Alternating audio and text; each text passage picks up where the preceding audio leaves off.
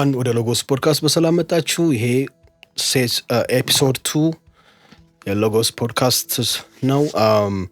በዚህ ፖድካስት ኤፒሶድ ስለ ሚዲያ ማኒፑሌሽን ለማውራት እሞክራለሁ። ምን ማለቴ ነው? ዜና ስናነብ ወይ ዜና ስናይ ቴሌቪዥን ላይ ሊሆን ይችላል፣ ሬዲዮ ሊሆን ይችላል።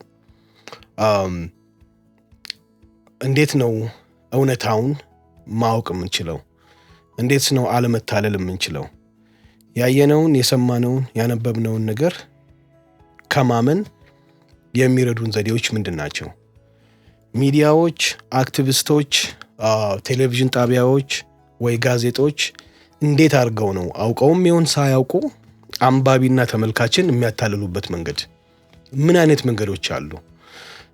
ይሄን ያዘጋጀውበት ዓላማ ምንድን ነው? ሁላችሁም እንደምታውቁት ኢትዮጵያ ውስጥ ብዙ ዲቪዥን እና ፍራክቸሮች አሉ። ይሄን ለእናንተ ማስረዳት አይጠበቅብኝም። አንዱ ብሔር ነው።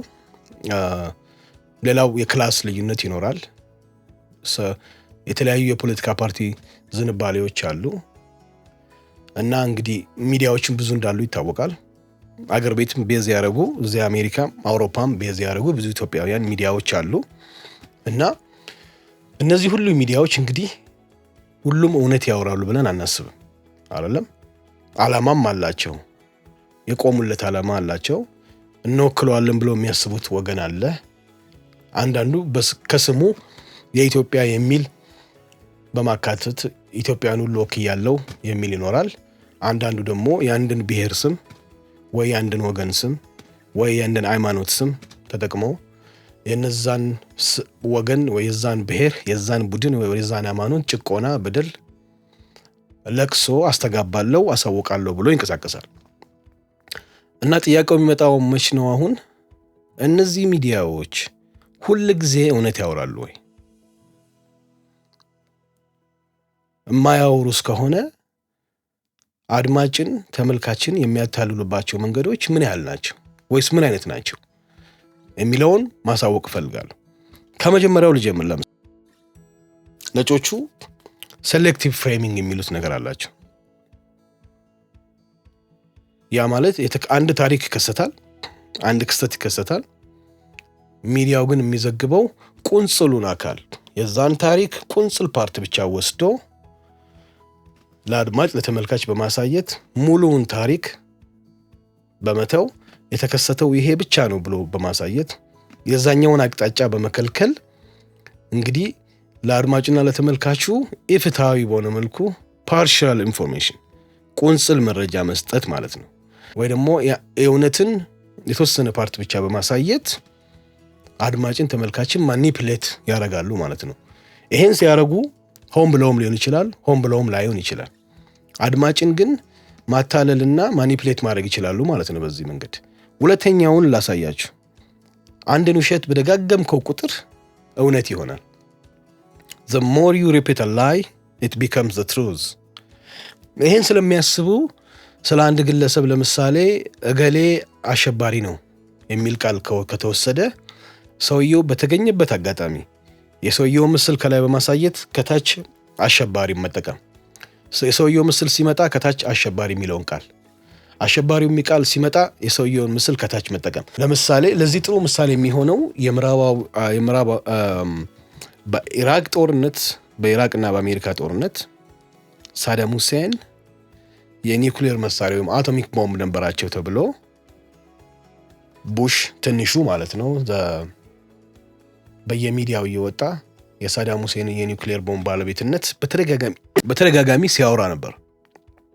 ሌላኛው አንድ ሚዲያ ማኒፕሌት እያደረገ እንደሆነ የምታውቁበት ዋነኛው ምክንያት ወይ ፍርሃትን ወይ ንዴትን ወይ ቁጣን የሚያነሳሱ ርዕሶችን ወይም አርስቶችን ይዞ የሚወጣ ከሆነ አንድ ሚዲያ ማኒፕሌት እያደረገ እንደሆነ ማሳያ ነው ማለት ነው። ለምሳሌ በዚህ ቦታ በዚህ ክልል እንደዚህ የሚባል ፓርቲ፣ እንደዚህ የሚባል ብሔረሰብ፣ እንደዚህ የሚባል ግለሰብ ይሄን አደረገ። እንግዲህ ይሄ ሁሉ ሳይጣራም ሊሆን ይችላል።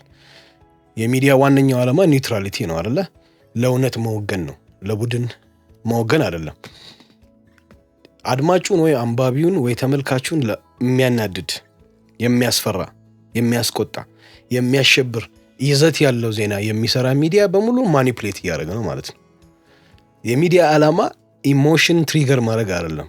የሚዲያ ዓላማ ፋክትና እውነትን ማቅረብ ነው፣ ኢንፎርሜሽን ማቅረብ ነው።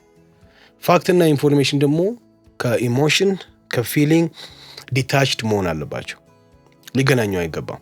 ስለዚህ እንደዚህ የሚያደርጉ ከሆነ ማኒፕሌት እያደረጉ ነው ብዬ አስባለሁ። አይ ቲንክ እናንተም እንደዛ የምታስቡ ይመስለኛል። በጥልቅ ማየትና መመራመር ትችላላችሁ። እኔ የማስበው አንዱ እንደዛ ነው።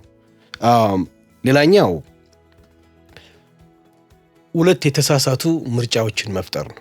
ለምሳሌ ወይ ከኔ ጋር ወይ ከነሱ ጋር ነህ፣ ወይ ነጭ ነህ ወይ ጥቁር ነህ፣ ወይ ሴት ነህ ወይ ይሄ እንኳን ጥሩ ምሳሌ ነው። ወይ ኦሮሞ ነህ ወይ አማራ ነህ፣ ወይ ትግሬ ነህ ወይ ሲዳማ ነህ። በሁለቱ መሃል ሶስተኛ ምርጫ የሌለ ይመስል ይሄን ነጮች ፎልስ ዳካቶሚ ይሉታል፣ ወይ ደግሞ ፎልስ ባይፉርኬሽን ነው የሚባለው። ባይፉርኬት ማድረግ፣ ፋክትን ሁለት ቦታ መክፈል፣ አዚፍ ዜር ኢዝ ሰትል የሆኑ መሃል ላይ ያሉ ሶስተኛ ምርጫ የሌለ ይመስል ሁለት ነገር ፈጥሮ ወይ ከኔ ጋር ነህ ወይ ከነሱ ጋር ነህ በማለት መሃል ላይ ያለውን ቆርጦ መጣል ማለት ነው። ይሄ ምንድነው የሚፈጥረው? ኤክስትሪሚዝምን፣ ጽንፈኝነትን ይፈጥራል። ስለዚህ እውነት ወይ እኛ ጋር ናት ወይ እነሱ ጋር ናት፣ እውነት መሃል ላይ ልትሆን አትችልም በሚል እንግዲህ በዚህ መልኩ ማኒፕሌት ያደርጋሉ ማለት ነው። ሌላኛው አስተውላችሁ ከሆነ ይሄ ሁሉም ሰው የተስማማበት ይመስል እነገሌ እንደተስማሙት እነገሌ እንዳሉት ሁሉም ሰው እንደሚያውቀው ሁሉም ሰው እንደሚስማማበት ሁሉም ሰው እንደሚለው ብሎ ሚዲያ ላይ መናገር፣ ይሄ ማኒፋክቸርድ የሆነ ኮንሰንሰስ ነው። ያልተፈጠረ ስምምነት ራሳቸው ፈጥረው ግን ሁሉም ሰው ያወቀው ሁሉም ሰው የገባው ሁሉም ሰው የተገባባበት በማስመሰል አድማጩ ሳያሰላስል ንግግሩን እንዲቀበል መግፋት ማለት ነው። ፑሽ ማድረግ ነው። ይሄ ማኒፋክቸርድ ኮንሰንሰስ ይባላል። ስምምነት ሳይኖር ስምምነት ያለ በማስመሰል ለምሳሌ ጥሩ ምሳሌ የሚሆነው እዚህ ሀገር የኮቪድ ወቅት ብዙ ሰዎች ክትባቱን ተቃውሞ ነበር። ግን እንደ CNN አንዳንድ ሚዲያዎች ይወጡና ሳይንቲስቶች እንደተስማሙት ሳይንቲስቶች እንዳሉት ይላሉ። ሳይንቲስቶች እንዳሉት ሲሉ እንግዲህ ከነዛ አሜሪካ ውስጥ ያሉ ሳይንቲስቶች በሙሉ ያሉት የተስማሙበት ይመስል ሳይንቲስቶች በሙሉ ይሄንን ክትባት ደግፈዋል። ይሄንን ክትባት ኔጌቲቭ ኢፌክቱ ከፖዚቲቭ ኢፌክቱ አውትዌይ አያረግም ወይ መልካም ውጤቱ ይበልጣል ብለዋል በሚል ሚዲያ ላይ ያወራሉ ማለት ነው። ቤት ተቀምጦ የሚያዳምጠው ግለሰብ ሁሉም ሳይንቲስቶች ከተስማሙበትማ ሄጄ ለምን አልወስደውም ክትባቱ ይልና ይሄዳል። በተቃራኒው ደግሞ ሳይንቲስቶቹ እንዳሉት ይሄን ክትባት መውሰድ ለልብ ህመም ያጋልጣል ብሎ ይናገራል አንዱ። ስለዚህ ቤት የተቀመጠው ሰውዬ ከማጣራትና የራሱን ሪሰርች ከመስራት ይልቅ ምንድነው የሚለው? ሳይንቲስቶች የልብ ህመም ያመጣል ካሉማ እኔ ክትባቱን አልወስድም ብሎ ቤቱ ይቀመጣል። ይሄ ነው ማኒፋክቸርድ ኮንሰንሰስ ማለት ነው። ሌላው ይሄ ኦቶሪቲን የመፍጠር ነገር፣ ለምሳሌ ታዋቂ ሰዎች ወይ ባለስልጣናት ወይ አርቲስቶች ወይ ህዝብ ውስጥ ተጽዕኖ ሊፈጥሩ የሚችሉ ሰዎች የተናገሩት ያረጉት ነገር ነው በሚል በማስመሰል ህዝቡ ላይ ተጽዕኖ የመፍጠር፣ ይሄን ብዙ ጊዜ የምናየው ማስታወቂያ ላይ ነው። ማስታወቂያ አስተውላችሁ እንደሆነ ለምሳሌ ይሄ ነገር ብዙ ጊዜ ሜካፕ ላይ አየዋለሁ። አንዲት ታዋቂ ሴት አርቲስት ወይ ደግሞ ሙዚቀኛ ወይ የፊልም አክተር ያመጡና የሆነ ሎሽን እንድትቀባ ያደርጋሉ እጇ ላይ ወይ ሰውነቷ ላይ። ከዛች አርቲስት እንድታስተዋውቀው ይደረጋል። በየቤታቸው ተቀምጦ የሚያዩ ሴት እህቶቻችን ምንድነው የሚያስቡት ማለት ነው? እቺ አርቲስት ከተጠቀመችው የሎሽንማ እኔም ልጠቀመዋ። ምክንያቱም እቺ አርቲስት ታዋቂ ናት። ታዋቂ ከሆነች ታውቃለች ማለት ነው። ታዋቂና አዋቂ የተለያየ ነገር ነው። አንድ ሰው ስለታወቀ ያውቃል ማለት አይደለም። መታወቁ ካንተ በበለጠ ጥበበኛና አዋቂ ያደርገው። እንደውም አንዳንዱ እጅግ በጣም በሚያሳፍር ሁኔታ ማህይም አለ፣ ሁላችንም እንደምናውቀው። ስለዚህ ብዙ ጊዜ እኛ ሀገር የምርጫ ሰሞን ምንድነው የሚደረገው? 5-6 ምሁራን ከአዲስ አበባ ዩኒቨርሲቲ በ5 ዓመት የመንግስት እቅድ ላይ ተወያይተው ድጋፋቸውን ሰጡ ይባላል። ለምን እንደዚህ ማለት አስፈልገው? ምክንያቱም እነዚህ ሰዎች ምሁራን ናቸው፣ ህዝቡ ያከብራቸዋል፣ ህዝቡ ይቀበላቸዋል። እነሱን ተጠቅመን ይህንን ፕሮፓጋንዳ ብንሰራ ህዝቡ ይሰማናል፣ ይመርጠናል፣ ይደግፈናል በሚል ነው። ይሄ ነው አርቲፊሻል ኦቶሪቲ የሚባለው። ሌላኛውና ዋናው መጥቀስ የምፈልገው ይሄ ብሔራዊ ጠላት የመፍጠር ነገር ነው። ይሄን ብዙ ጊዜ ጥፋተኞቹ የመንግስት ሚዲያዎች ናቸው። ህዝብን ራሊ ለማድረግ ህዝብን ኢንሴንቲቫይዝ ለማድረግ የሀገር ጠላት ይላሉ። አገር ሊያፈርስ የመጣ ይላሉ። አገርና መንግስት የተለያዩ ናቸው። ሁላችንም እንደምናውቀው የመንግስት ጠላት እንጂ የሀገር ጠላት ላይሆን ይችላል። ያ ሰው የመንግስትም ጠላት ላይሆን ይችላል፣ የፓርቲው ጠላት ሊሆን ይችላል። ግን የሀገር ጠላት ነው በማለት ያንን ሰውዬ ህዝብን በማስነሳት እና በህዝብ እንዲጠላ ማድረግ ማለት ነው። እንግዲህ እነዚህን ካልኳችሁ በኋላ እነዚህን ሜቶዶች ነው የሚጠቀሙት ሚዲያዎች፣ አክቲቪስቶች፣ የፌስቡክ አክቲቪስቶች፣ ማጋዚኖች፣ የሬዲዮ እና የቴሌቪዥን ሚዲያዎች። እነዚህ ሚዲያ ተጠቅመው አድማጭን ማኒፕሌት ሊያደርጉ ይችላሉ፣ ተመልካችን ማኒፕሌት ሊያደርጉ ይችላሉ ካልኳችሁ፣ ታዲያ እንዴት ነው ራሳችንን ማኒፕሌት ከማድረግ የምንከላከለው? እንግዲህ ይሄን ሁላችሁ ማስባችሁ ታውቃላችሁ ብዬ ተስፋ አደርጋለሁ። በየቤታችሁ ስትሆኑ እንዴት አድርገን ነው ራሳችንን ከእንደዚህ አይነት ተጽዕኖች መቆጣጠር የምንችለው? አንደኛው እኔ የሚመስለኝ መሰረታዊ ጥያቄዎችን መጠየቅ ነው። ሁለት ሶስት መሰረታዊ ጥያቄዎች። አንደኛው የዚህ ሚዲያ ባለቤት ማን ነው? ማንነቱ የት ነው የሚኖረው? ከዚህ በፊት ስራው ምንድን ነበር? ትራክ ሬከርዱ ምን ይመስላል? የት ኖረዋል? የት አገልግሏል? ጋዜጠኛ ነበር ወይ? ምንድን ነው ዓላማው? ይሄን ከጠየቅን እንደሚመስለኝ እንደኔ ግምት ይሄን ዋና ጥያቄ ከጠየቅን ከብዙ አደጋዎች ያድነናል ብዬ ተስፋ አደርጋለሁ። ከብዙ ነገሮች እንዳውም ይሄን ጥያቄ መጠየቅ 50% መፍትሄ ማግኘት ነው ብዬ ነው የማስበው። ገቢውን ከየት ነው የሚያገኘው? ሌላ ነገር ነው። ስፖንሰሮቹ እነማን ናቸው? እንግዲህ እነዚህ ሁሉ መረጃዎች ላይገኙ ይችላሉ፣ ግን ዋናዎች መረጃዎች ይገኛሉ። ይሄ ግለሰብ ማን ነው? ያዘጋጁ ባክግራውንድ የት ነው የሚለው ማወቅ በጣም ወሳኝ ነው ብዬ ነው የማስበው። ሌላው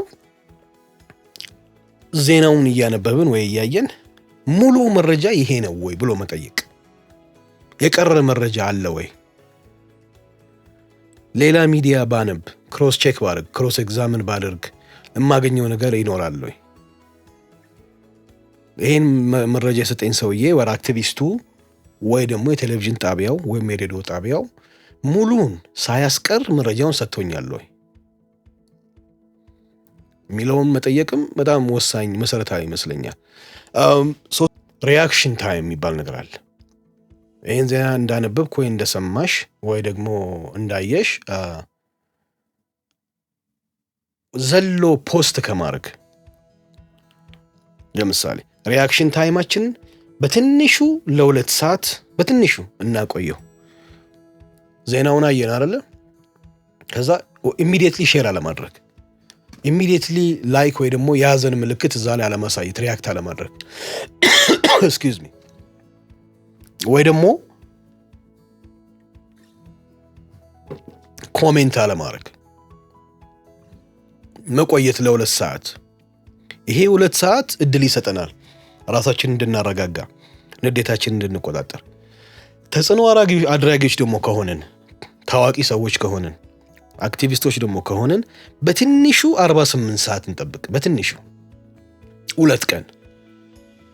ምክንያቱም በዚህ ሰዓት እኛ የምንጽፈው ጽሁፍ፣ የምናገረው ንግግር ሌላውን ማህበረሰብ ወደ ሌላ ንዴት አሸጋግሮ ወዳልተፈለገ ውጤት ሊያመራ ስለሚችል በ48 ሰዓታት ውስጥ ምንም አይነት ነገር ላለመናገር፣ ፖስት ላለማድረግ እያጣራን እንዲያውም ብንችል ሰዎችን ተረጋጉ ብሎ የመጻፍ ነገር አለ አይደል? ይሄ ሪያክሽን ታይሙን የመቆጣጠር ራስን የማነጽ የመገደብ ነገር ብናደርግ በጣም ከብዙ ሚዲያዎች ማኒፑሌሽን መዳን እንችላለን ብዬ ተስፋ አደርጋለሁ።